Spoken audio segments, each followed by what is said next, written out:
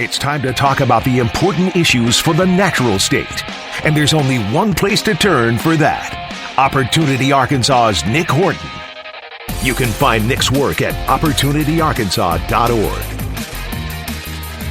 And welcome back to First News, the Wednesday edition, just about 20 minutes in front of 8 o'clock. And that means it's time to talk with Nic Horton, the founder of Opportunity Arkansas. Nic, welcome back to the show. You had a couple of days last week hosting the Finnegan Show. Did everybody treat you good? The audience treat you right last week? Well, yeah, and thanks again to you and Steve and KRN for giving me the opportunity. We had a lot of fun. You might say more fun than a human being should be allowed to have.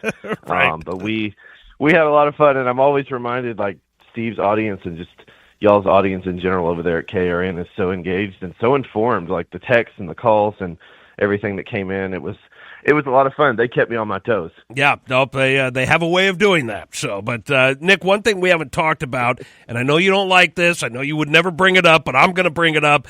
You were named the 2025 Voice of the American Dream Award winner this year, which is a big deal. And so can you tell people what this award is about and what it means to you to be able to be the winner of it this year? Yeah, well, you're right. I didn't want to talk about it, but I appreciate the chance. Look, I think that, I've told my wife and a couple of close friends, like, at some point I start to feel a little immodest, like all of this Sure. recognition. But on the other hand, look, as we've discussed when we won the award last month at the State Policy Network, you have to take a little bit of pride in this because it's such an incredible recognition of the work that we're doing, and we just had our 3-year anniversary. I think that probably still surprises a lot of people when I tell people, like, hey, we're only 3 years old, and they're like, I mean, looks like you guys have been around for 20 years, right? But this recognition was really, really special. It's from a group that probably a lot of your listeners are familiar with, the Club for Growth Foundation, and they really are one of the premier conservative organizations in the entire country. They've been around for 20, 30 years, and they focus a lot on economic freedom, free market capitalism, education freedom, a lot of issues, frankly, that are just dear and near to my heart and the heart of Opportunity Arkansas. And their fellowship, which it was the kind of the conduit for the award, it's comprised of congressmen and state auditors and attorneys general and talk radio hosts and really leaders in the conservative cause from all over the country. And so, yeah, to be recognized for this, it really was a privilege, an honor, a surprise, and I'm very grateful to them and all the folks who voted for me and put me into consideration. But I'm very grateful for the recognition, and it's just a confirmation of what we're doing, and it's a blessing. Well, congratulations, and yes, absolutely tremendous work, and you're very deserving of this award. Along not just you, but along with the rest of the organization, Opportunity Arkansas as well. But getting into some of the business today, Nic, I want to talk about insurance premiums, which are going up across the board. Doesn't matter if you're looking at health insurance, car insurance, life insurance, homeowners insurance. It's all going up. Our governor announced last week some negotiations, I believe, on the health insurance side to keep the increase lower than initially thought. I think insurance premiums on health care were going up like 55% or something. I believe she said something about she's got it capped at 22%. I don't know if all these numbers flying around might not be 100% accurate on that, but what is going on here? Why and what do we do about it? I mean, I think that's more the big question is how do we stop this? Because this is getting outlandish with how much insurance is going up on all the different insurances each and every year now. It is outlandish, and I appreciate the chance to talk about this because it affects so many of our friends and neighbors that are dealing with these massive premium increases. And I want to be really clear about this issue because to me, it is very simple, and it is very clear what is causing this. This is a government-created problem, full stop. This is a government-created problem, and that goes to the federal government, on down to the state government, through the state agencies, through the insurance companies, and on down. But this is a government-created problem. So what do I mean by that? Two really big pieces to that. Number one, 12 years ago now, more than a decade ago, we expanded Medicaid through Obamacare. We were the only southern state to do so, and we were the only state, and remain the only state as of now, that actually expanded Obamacare in the worst way possible. What do I mean by that? Well, instead of taking the Obamacare expansion population, the able-bodied working-age adults, about 320,000 of them in Arkansas, which is 10% of our state population, by the way. Right. Instead of putting them in regular Medicaid plans, we came up with this contrived, silly window dressing approach that gave Republicans cover, political cover, to be able to vote for this. And instead of putting them in Medicaid, we gave them all Blue Cross Blue Shield insurance plans. Mm-hmm. And that allowed Republicans and the governor, the Democrat governor, Mike Beebe at the time, to run around and say, look, we did something conservative. We put them in insurance, and that's conservative because it's free market, right? And we said at the time, me and dozens of others and conservative activists from around the state, this is not going to work. This is going to drive up the cost of insurance for everyone, because instead of putting them in Medicaid, you're putting them in the commercial insurance risk pool with everyone else.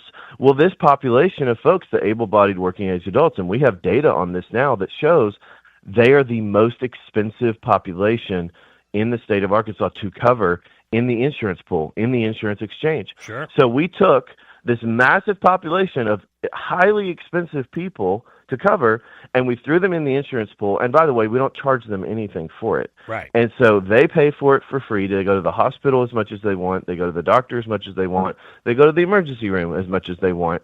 And guess what, Toby? You and I get to pay for that. That's right. The taxpayers of Arkansas get to pay for all of it. And then the second piece, just briefly, and then I'll shut up.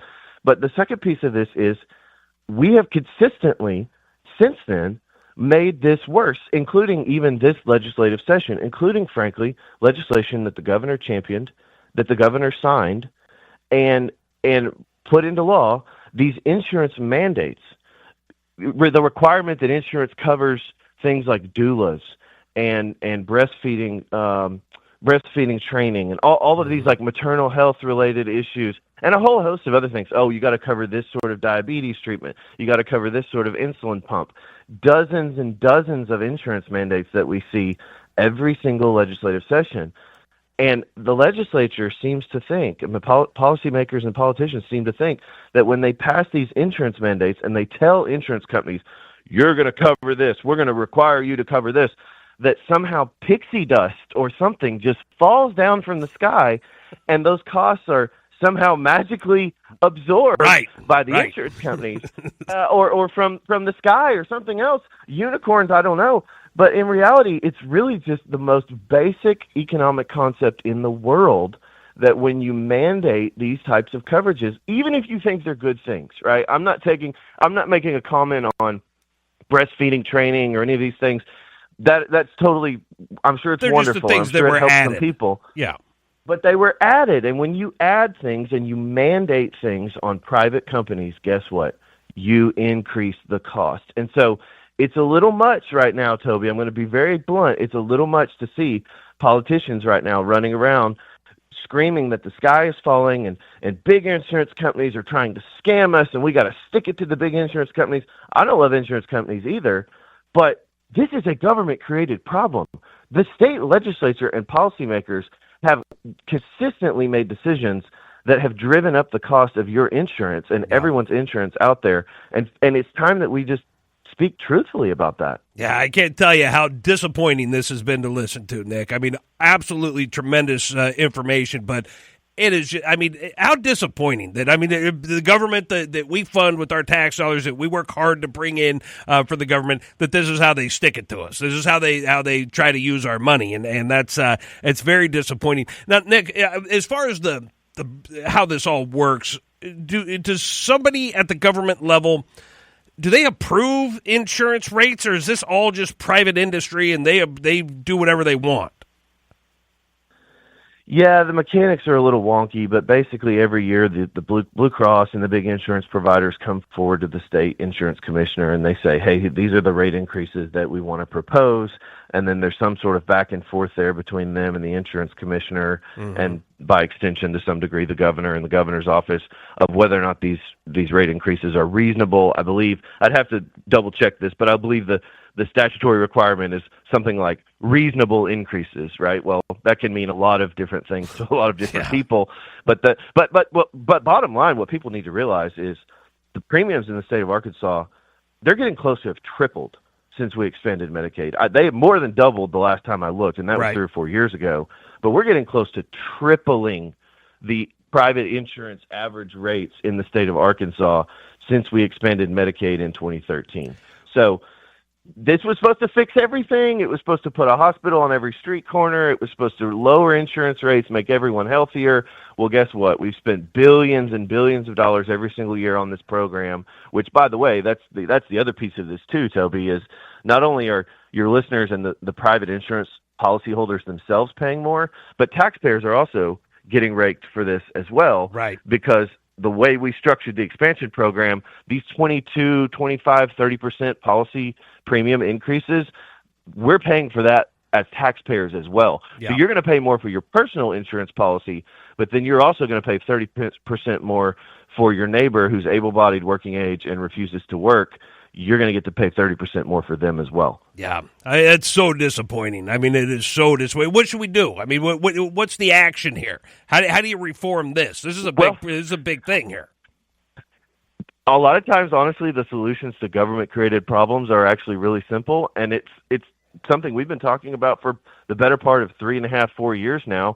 We need to get rid of this disastrous, wildly expensive private option, private insurance model that we have for Obamacare, Medicaid expansion. We need to go to regular Medicaid expansion. Mm-hmm. And really, we need to get rid of the entire thing because Sure.